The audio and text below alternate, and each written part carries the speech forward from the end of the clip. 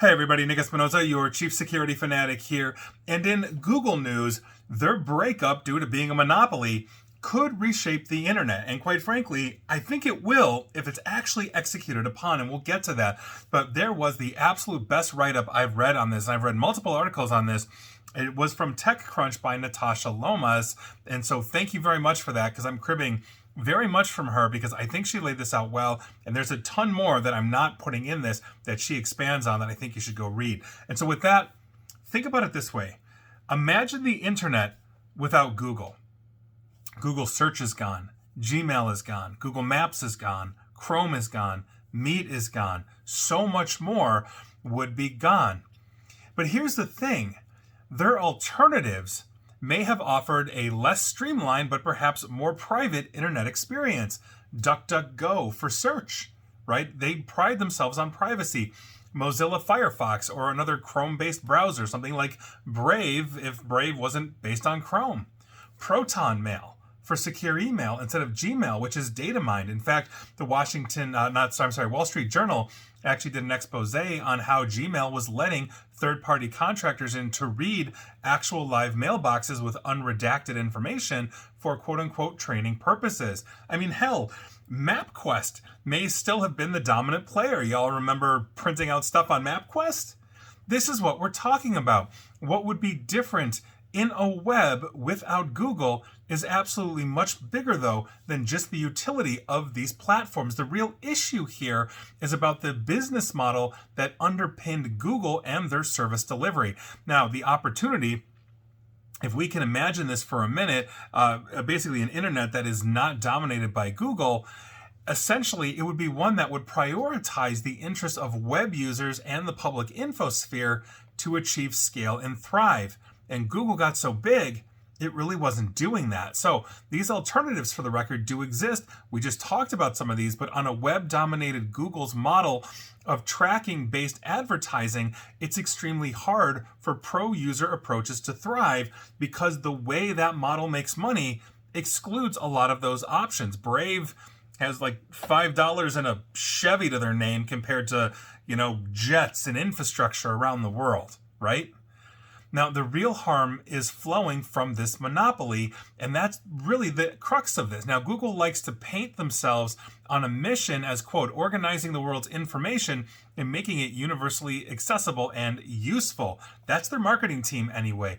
But this major grandiose claim has always essentially been a veneer atop a business model that takes in a vast amount of money by organizing this data, most especially the information about you and I, so that essentially they can micro-target advertising. So if I'm going to Google and saying I'm wanting to buy ads, the information that they have on you, thanks to your searches, your location, and everything, makes it very lucrative for me, let's say a business owner, targeting you for a specific product that I know you're searching on, I know you like. Now, tracking users' web activity feeds Google that ability, and they essentially profile the online population and then profit from services relating to selling that highly targeted advertising, and it makes an absolute truckload of money doing this. Alphabet, which is the brand that Google essentially came up with about a decade ago to put a corporation wrapper around Google, which is now a subsidiary, if you will, they reported a full year revenue of almost $308 billion in 2023. The vast majority of that is from ads. So, whether it's the pay-per-click ads displayed on Google search, YouTube, maybe it's ads through Google that they display everywhere else, like publishers' websites or other programmatic ad services, including its AdX exchange or its mobile advertising platform for app developers, or through Google's ad campaign management, marketing, and analytic tools. It's all revenue that is going to Google in the amount of hundreds of billions of dollars. The basic and plain truth here is that Google is making your information useful so that they can feed their bottom line, because at the end of the day, what they really are is an advertising business that essentially offers you products that you use so they can data mine. And remember, if it's free to you, you're the product, and they prove it. Put this another way, that mission is chain linked to a business model that is based on tracking and profiling you, organizing essentially the world's information now doesn't really sound so benign. And so consider how Google's incentives to structure data to essentially mesh it in with commercial priorities extend to making essentially user hostile changes to how it displays information. So for example, endless dark pattern design tricks the user to essentially make it harder for users of Google search to distinguish between organic search results and the ads. And so every time a confused user clicks on an ad and thinks it's genuine information, it's actually driving revenue to Google. It's useful, obviously, to Google, but frustrating for you and I who are just trying to find information. In other words, your time is being wasted in terms of Google making money. And every time you waste time, Google makes money, times billions of users.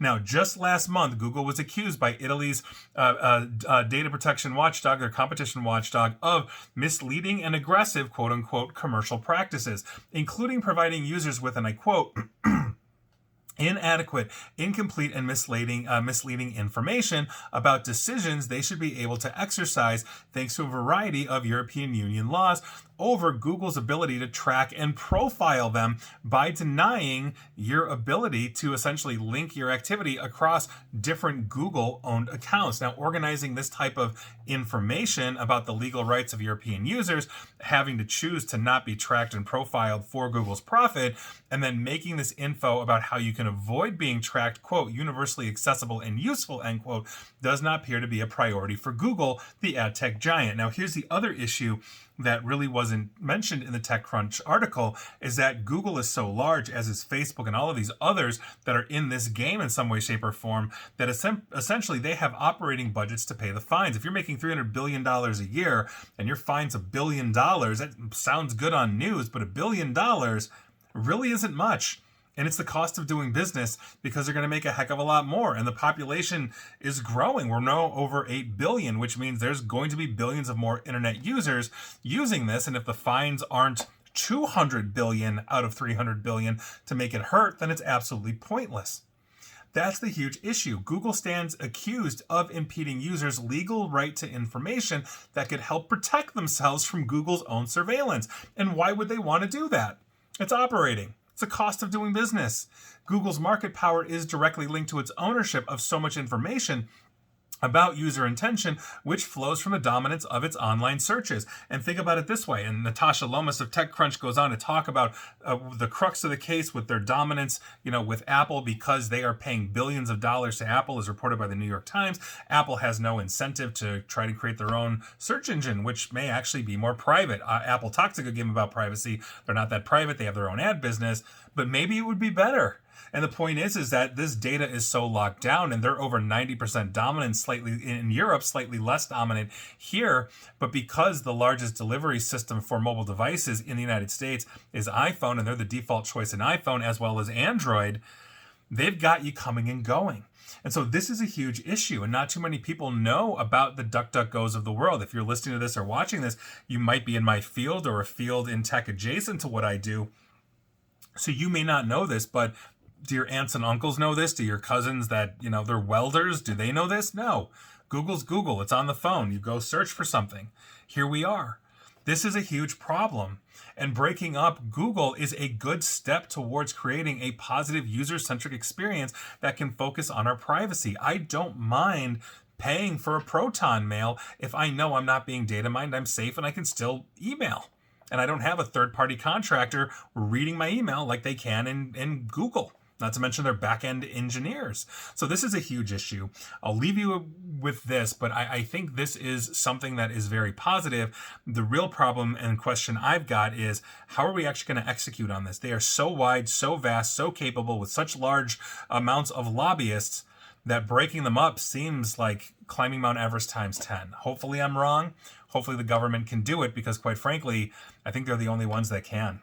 And please like, share, follow me here on Facebook and Twitter at NickAESP, or feel free to be data mined on Google's property on YouTube as well, where you know it's happening. And as always, stay safe, stay online, and please attempt to stay private, and don't use Gmail, and try not to use Google products. Take care.